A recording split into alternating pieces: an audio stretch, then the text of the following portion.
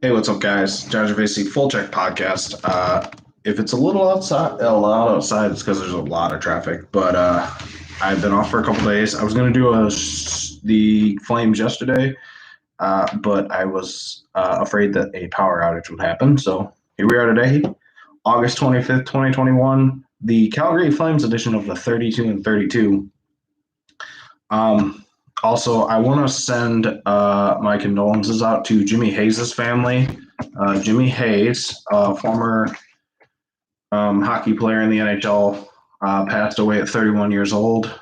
Uh, they don't know, only the family knows what happened. And I'm not going to sit here and speculate. There's a lot of rumors out there that I'm obviously not going to address. But Jimmy Hayes was a good hockey player. He was from Dorchester, Massachusetts. In 334 games played, he had 54 goals, 55 assists for 109 points. He was a minus 29 overall, 149 penalty minutes. He was drafted in 2008 in the second round by the Toronto Maple Leafs, 30th overall. He played for the Blackhawks, Panthers, and Bruins, and the New Jersey Devils. In his, let's see, how long was his career? 1, 2, 3, 4, 5, 6, about 7, 8 year career. And then someone else passed away too. Rangers legend. I also want to send my condolences out to Rod Gilbert's family. Rod Gilbert, the leading scorer in the history of the New York Rangers and a member of the Hall of Fame, died Sunday. He was 80 years old.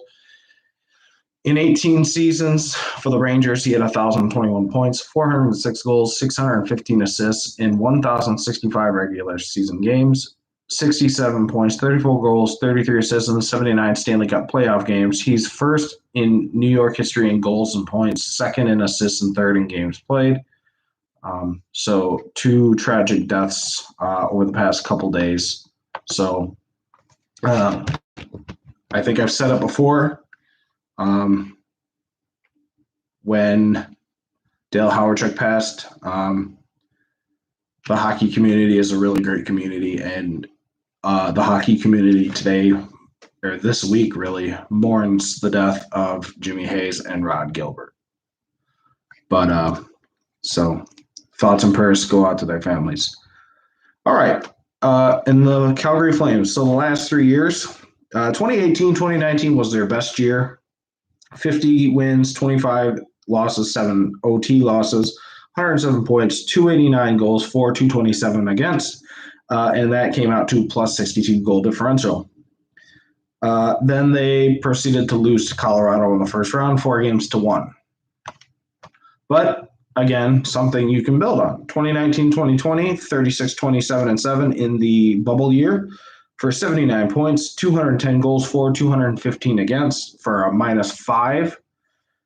They beat Winnipeg 3-1. And if we look, so they played Dallas in the second round, and it did not go as Calgary had hoped.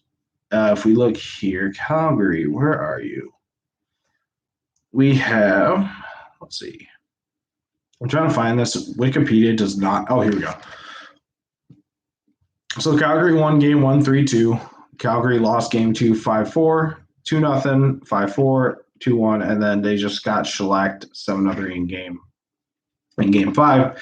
And they think that this was a year that really, I think a lot of people may have thought Calgary could have gone on. I certainly think they were a better team than Dallas. I personally think Dallas was kind of fluky that year. If we look at the standings, I want to see let's see here. I don't know if this will show me the standings. Yeah, here we go. So Dallas was the fourth best team in the conference. Calgary would have been 8. So, I mean, without the bubble, Calgary plays the defending Stanley Cup champion, St. Louis Blues, who ended up losing to Vancouver, but also got fourth in the got fourth in the conference because of the qualifying round or the round robin for the ones or the top seeds. So I think that was a year where a lot of people thought, especially 2018, 2019, a lot of people thought maybe Calgary had a chance, and then just kind of choked. And last year, it all came to fruition. It all hit a wall last year. 2020, 2021, 26, 27 to 1, 55 points, 156 goals for, 161 goals against for a -5. Missed the playoffs completely. Their power play percentage was 18.3%, good for 21st in the league, and their penalty kill percentage was 80.5, which was good for 15th. So they were middle of the pack for both.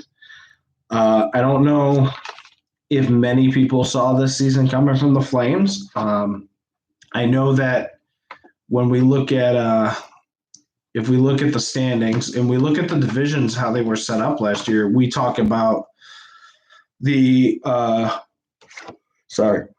Mass Mutual East Division being the division of death, and they played in the Scotia North, and really they were 4 points out of a playoff spot. They were 4 points out of a playoff spot. Montreal had 4 more points than they did. Neither team had a good differential. As we know, Montreal went on the Stanley Cup, so if Calgary does that, does Toronto move on? Nobody really knows, but I think that that was a big disappointment for the organization itself and a big disappointment for the fans. And I think the question is, where do you go from here? And we'll get to that. But I like I said, I think it's a big disappointment. And I don't know about anybody else, but it was a bit of a shocker to me considering how the last 2 years went. I thought that maybe this team was a team that was going to do something, and they didn't. And I'm pretty sure they had. I want to say they had Cam Talbot and David Riddick, but I could be wrong. But team leaders Johnny Gaudreau and Elias Lindholm led the team with 19 goals. Johnny Hockey led with 30 assists. Johnny Hockey also led with 49 points. Chris Tanev led with a +15, which is for a non-playoff team, that's pretty impressive. And Jacob Markstrom led the team with a 22-19-2 record with a .904 save percentage and a .266 goals against average. I don't know about. I think the Jacob Markstrom signing might have been a bit high for the Calgary Flames. I thought maybe David Riddick was the guy that was going to take these steps. I don't know. We've only really seen, in terms of win-loss record, we've only seen 3 good seasons for Jacob Markstrom. He's never played a full NHL season. Obviously, most goalies won't, but his last 2 years in Vancouver, he was 28-23 and 23-16 respectively. About average goals against or save percentage, pretty good goals against. And last year, his save percentage drops to a .904, and his goals against also drops, but that's a good thing, to 266 goals against average. And if you look at what they're paying Jacob Markstrom, he's getting a 6. So for the next 5 years, he's making $6 million a year. I think that Calgary is one of those teams that overreacts. And what I mean by that is, we had 50 wins in 2018, 2019. In 2019, 2020, we had 36 wins. Let's bring in Jacob Markstrom, who had a halfway decent year his last year in Vancouver, and maybe we can get back to a 50-win team and have a Stanley Cup contending team. Unfortunately, that's not the case. I don't know if Jacob Markstrom is really worth the $6 million. And what I mean by overreact is, again, you look at the win-loss records in Calgary, you think, well, we're one piece away. We're a goalie away. We're this piece away. We're that piece away. And it kind of reminds me of the Pittsburgh Steelers in a way, because the Pittsburgh Steelers, no offensive line at all. Instead of drafting an offensive lineman, they draft Najee Harris. They have Ben Roethlisberger, he looked good against the Lions because the Lions actually suck. The Lions are probably one of the worst teams in the league with absolutely no defense. So Ben Roethlisberger, obviously, and it's preseason, so Ben's going to look good. But they think that they're that one piece away. They're a running back away. And yeah, they didn't have good running back play last year, but that was because they had no offensive line. And I think Calgary is kind of floating around in the same boat because they think they're that one piece away. So Jacob Markstrom, and we'll get to a signing that they had during the season this year that kind of proves that maybe that's the way that Calgary is thinking. So we'll go into transactions and acquisitions. The first big acquisition, I think the biggest acquisition, was Blake Coleman signing a 6-year, $29.4 million contract with the Calgary Flames. In last year, had 31 points, 14 goals, 17 assists in 55 games for the Tampa Bay Lightning. He had 11 points, 3 goals, 8 assists in the 23 Stanley Cup playoff games. And in 55 games, 31 points in 55 games, is not the best, but it's also not the worst. And again, the biggest problem here is that you're paying for a guy who won a Stanley Cup. And Blake Coleman got his bag. Blake Coleman got his bag for a very average season, which shout out to Blake Coleman. He got, like I said, he got his money for a halfway decent season, and for the next 6 years, they're paying him $4.9 million. Thank God the NHL does not have baseball-like contracts because guys like Mike Trout, who are making $400 million, probably shouldn't be making $400 million. Actually, that might be his contract. I'm not really sure. I know it's up there. Or Patrick Mahomes, who's making ungodly amounts of money. I'm so happy that hockey is they aren't as greedy in the NHL yet. I'm sure that will change. But so, yeah, they signed Blake Coleman. It could turn out to be a good signing. Who knows? I think him with Johnny Hockey will be a good fit, maybe. They traded for Nikita Zadorov, which I'll get to in trades, obviously, but they signed Trevor Lewis to a 1-year, $800,000 contract. He's a 34-year-old. He reunites with Coach Daryl Sutter, whom he won a Stanley Cup playing with the LA Kings. So Lewis's contract really isn't as bad as Blake Coleman's. I don't even think Blake Coleman's contract is that bad. It's essentially Blake Coleman's contract is, does he perform, or was he on? My thing with Blake Coleman is, was Blake Coleman worth this much money, or was Blake Coleman kind of a piece within the Tampa Bay Lightning puzzle? And Tampa Bay fans are loving this because they free up cap space. It's a win-win for Tampa Bay fans. Not that they're not $18 million over the cap anyway, but they signed Colton Poolman, re-signed Luke Philippe and Matthew Phillips. They signed Oliver Kylington to a 1-year, $750,000 contract. They drafted him, so they re-signed him. He's an RFA next year. They re-signed Tyler Parsons, who's a goalie within the system. And I think that, could make some noise in the preseason.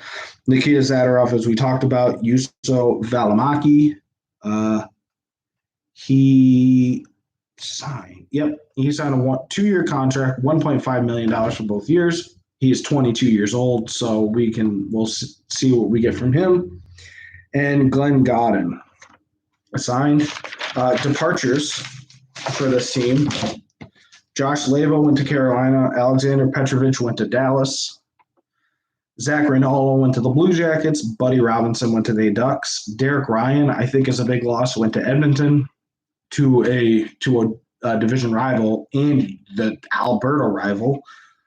They lose Mark Giordano in the expansion draft. They lose the captain. Mark Giordano to me is what Jonathan Taves is to Chicago Blackhawks. He is the captain. And they lost Sam Bennett to Florida during the season. Trades. They acquired Dan Vladar from the Bruins for a 2022 third. They acquired Zadorov from the Hawks for a 2022 third round pick. Sorry, we got loud cars here that people think are cool. So Tyler Pitlick traded from the Seattle Kraken for a 2022 fourth round pick. So I talked about Jacob Markstrom's cap hit. Markstrom has a big cap hit for a goalie that in reality, I've only seen 2 good seasons from Jacob Markstrom. They paid for 2 seasons of Jacob Markstrom for a 5-year contract. I thought David Riddick was probably the guy, and yeah, he had a down year and they traded him, but he never really got a fair shot in Calgary. But if you look at, they've got $5.3 million of cap space. You've got to re-sign Tkachuk. You're going to have to re-sign Mangiapane. He's got a $2.4 million cap hit. He's a restricted free agent next year. Tyler Pitlick's unrestricted. Brett Ritchie's unrestricted. Trevor Lewis. Lewis and Ritchie probably aren't going to want a lot of money. Glenn Godwin, let's see here. He is okay. So they don't have the contract yet. So he's $750,000 now. And Dylan Dubé. So I think that this year is probably the last year we see Johnny Gaudreau, Johnny Hockey in a Calgary Flames uniform. There's no way they can afford him and Matthew Tkachuk, because you are giving Sean Monahan a $6.3 million contract for the next 2 years. So he's making 6.3 both years. Michael Backlund is making $5.3 million in this year, next year, and the year after. So he's got a 3-year contract. He's 32 years old. You've got Milan Lucic, who is trending down. He's got a $5.2 million contract for the next 2 years. And then you sign Blake Coleman to a $4.9 million, $4.9 per year. Elias Lindholm's getting $4.8 per year for the next 3 years. And then, like I said, Mangiapane Payne is getting $2.4 this year, and he's restricted. So I don't know what Calgary is really doing here. This feels like a make or break season for the Canucks. I talked about Boston being at the end of their window. I don't think Calgary ever had a window. I think Calgary, they've been a good team, but I don't know if they really have a window per se. But this could be the end of an era with Johnny Hockey, Sean Monahan, and Backlund, and Milan Lucic. Not really an era for Lucic, but whatever. They're gonna, in order to afford Matthew Tkachuk's gonna get a massive pay raise. He's gonna get a big pay raise, and I don't even know if he is getting, if his contract talks are on their way. Because if he's not, then they might have Matthew Tkachuk contract speculations. I don't know if they've even started negotiating with him, because he is unrestricted.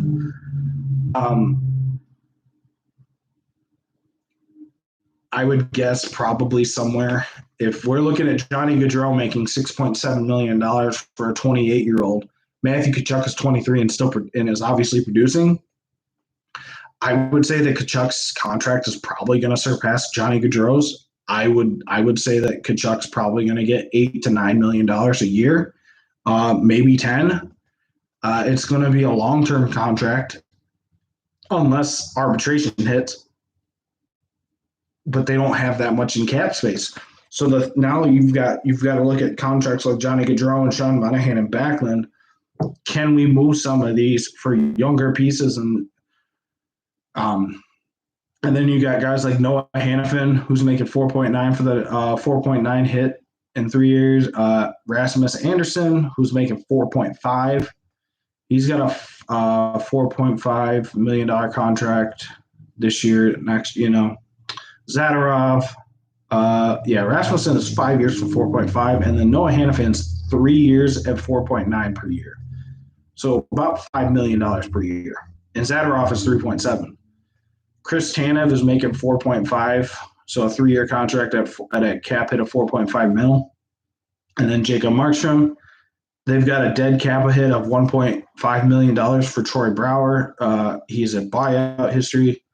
So, like I said, they didn't have a window to begin with, I don't think. I don't really think – I don't know where this team is. It feels like they're kind of – so the Sharks, there's no way the Sharks are going to make the playoffs within the next 3 or 4 years because of the contracts they gave to Erik Karlsson, the contracts that Brent Burns and Logan Couture, and the Evander Kane, who probably is going to get bought out, so he's going to make that money anyway.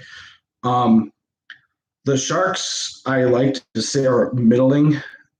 They can't rebuild right now.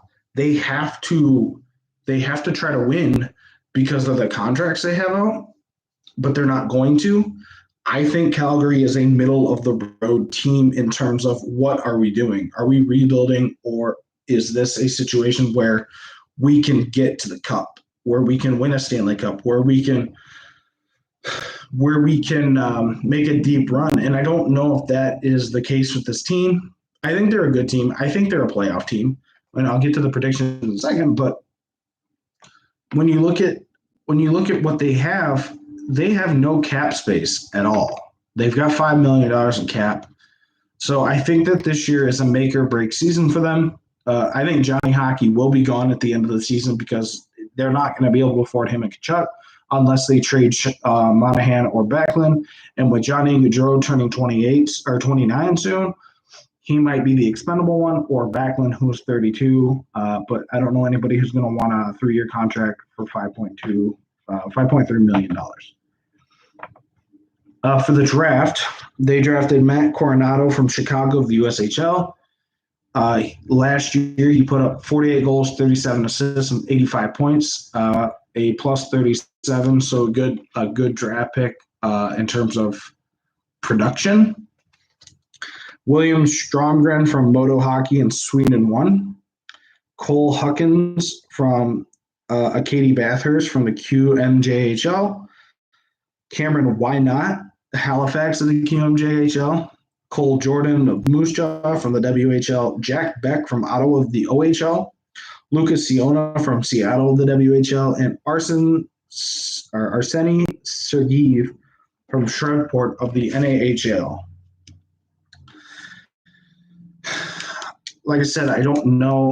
I think that this team is – I can't even predict what this team is doing because their signings – I mean, the Blake Coleman signing, the Jacob Markstrom, makes me believe that they themselves believe that they are a few pieces away, that they're a cup contending team. But the other part of me says that there's no cap space. You've got to re-sign Tkachuk. I mean, this is a middle of the road team, especially in a Pacific division where you have Vegas. Actually, I don't even know. Let's NHL. Obviously, this year, the Kings are going to be a lot better. I need to look at the teams. I forgot the teams within the division because of the stupid COVID year.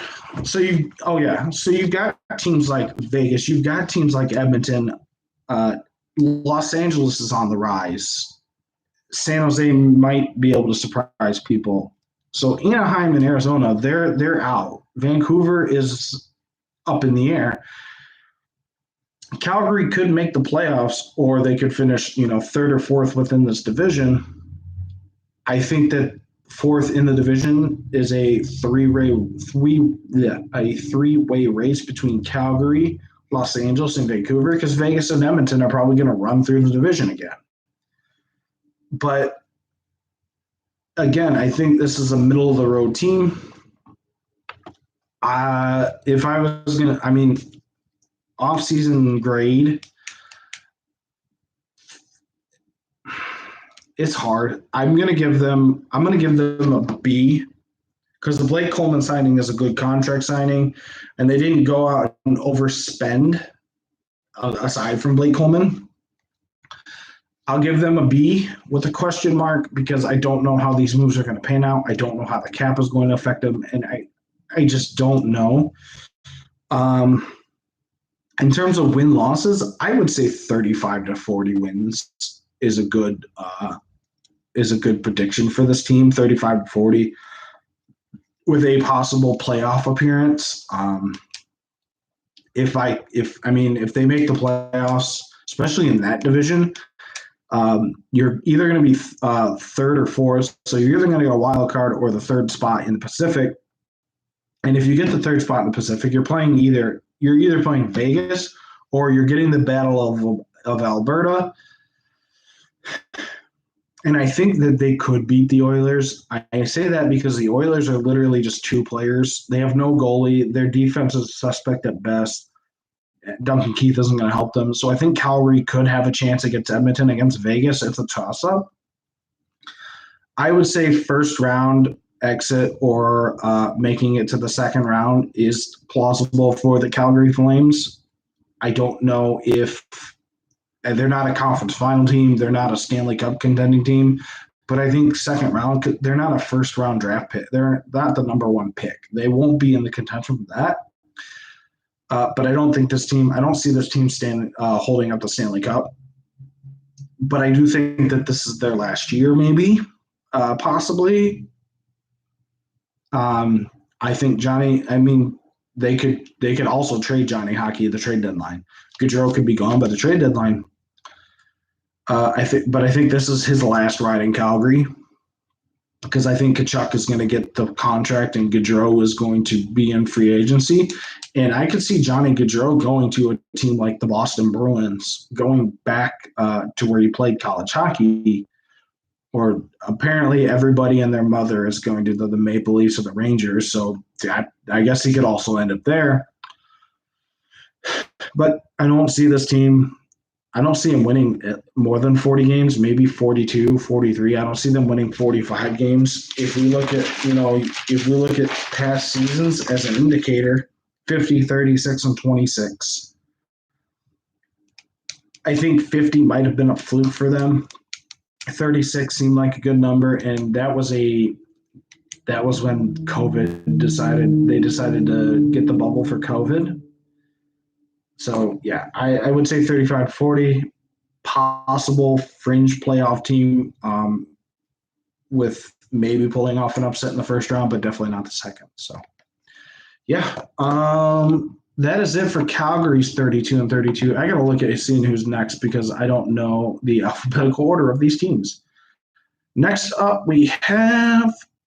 Okay. Oh well, no.